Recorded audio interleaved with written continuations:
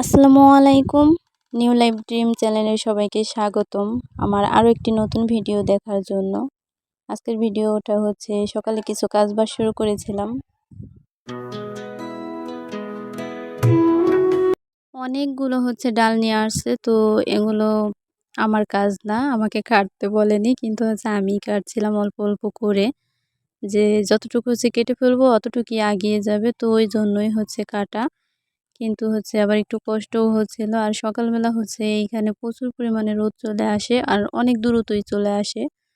তো রোদ আসার আগ পর্যন্ত যতটুকু পারি করব, তারপরে হচ্ছে রান্না করতে চলে যাব। তো ওই জন্য অল্প স্বল্প করে হচ্ছে এইখানে যতগুলো পুরনো ছিল তার মাঝ থেকে বের করে করে কেটে নিচ্ছিলাম।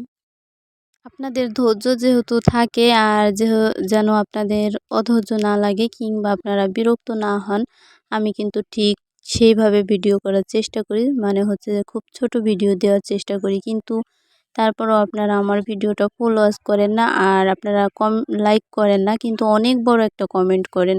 দরকার নেই অত বড় কমেন্ট করার, ছোট্ট একটা লাইক দিয়ে ছোট্ট একটা কমেন্ট করে চলে যাবেন, ওতেই আমি বুঝতে পারবো যে আপনারা আমার বন্ধু হয়েছেন। আর ভিডিওর নিচে কখনোই বলবেন না বন্ধু হলাম, বন্ধু হবেন, এতে করে আপনার আমার দুইজনের সাবটাই কেটে নেয়। এত বারবার বলি, এরপরেও হচ্ছে আপনারা কেন যে বুঝেন না বুঝতে পারি না।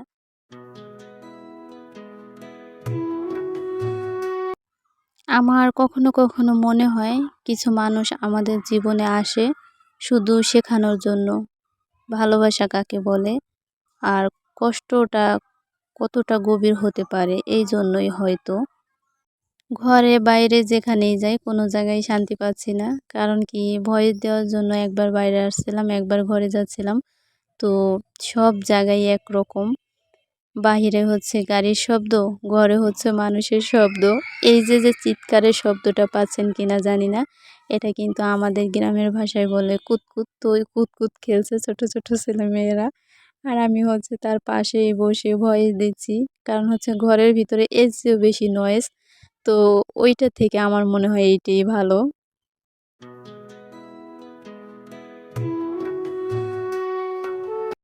আসলে গ্রাম মানে একদম যে নিরিবিলি একটা পরিবেশ, ওইটা কিন্তু খুব কম পাওয়া যায়। হয়তোবা যাদের বাড়ির আশেপাশে বাড়িঘর নেই কিংবা বাজার নেই, দোকানপাট নেই বা রাস্তা নেই তারা পায়। কিন্তু আমাদের বাড়িটার চারপাশেই ঘরবাড়ি আছে এবং কি রাস্তাও আছে, যার কারণে গাড়ি যাতায়াত করে আর ওই শব্দটাও আসে। আর আমি যখন ঘরের ভিতর থাকি তখন মনে হয় আরও বেশি আসে, কারণ অপর সাইডটাতেই হচ্ছে রাস্তা। আমার অন্য আরেকটা ভিডিওতে দেখিয়ে দিব যে আসলে রাস্তা কোথায়। তো ওই কারণে আমার অনেক বেশি কষ্ট হয়ে যায় ভয়েস দিতে গেলে। তো অনেক সময় দেখা যায় কি যে ফ্রি টাইম খুঁজতে থাকি, কিন্তু ফ্রি টাইমই হয় না ভয়েস দেওয়ার মতো। যাই হোক, গতকালকে কিন্তু আমি ভিডিও দিতে পারিনি, তার কারণ হচ্ছে ওই যে অনেক বেশি হই হুল্লাড় ছিল আর সেই সাথে কারেন্ট ছিল না। তো কারেন্টের কথা তো আর আপনাদের সাথে বলিনি, যার কারণে আমি কোনো কমিউনিটি পোস্টটাও করতে পারিনি। তো আজকে বলে দিলাম। আর এই তো কাজবাজ শেষ করে তারপরে এখন আছে রান্না করতে। মাটির চুলায় হচ্ছে দেশি মুরগি রান্না করব। খুবই স্বাদের হয় কিন্তু। দেশি মুরগিটা যেমন হচ্ছে স্বাদ, আর সেই সাথে হচ্ছে মাটির চুলায় রান্না করা আরেকটা স্বাদ। ২ টা মিলে কিন্তু একটা ভিন্ন রকমের স্বাদ চলে আসে। যদিও হচ্ছে মাটির চুলায় রান্না অনেকেই করেন, কিন্তু তারপরেও দেখবেন একটা ভিন্ন রকমের স্বাদ পাওয়া যায়। আমি হচ্ছে পেঁয়াজ মরিচ ভেজে তারপরে আদা বাটা আর রসুন বাটা পরিমাণ মতো, হলুদের গুঁড়া মরিচের গুঁড়া দিয়ে ভালো করে কষিয়ে নিয়েছি। আর সেই সাথে দারচিনি এলাচ তো দিয়েছি।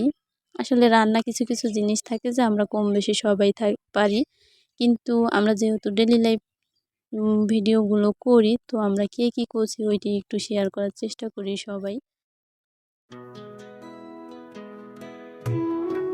এদিকে কিন্তু কথা বলতে বলতে রান্নাও শেষ। কত সহজ তাই না? জীবন যদি এতটাই সহজ হতো তাহলে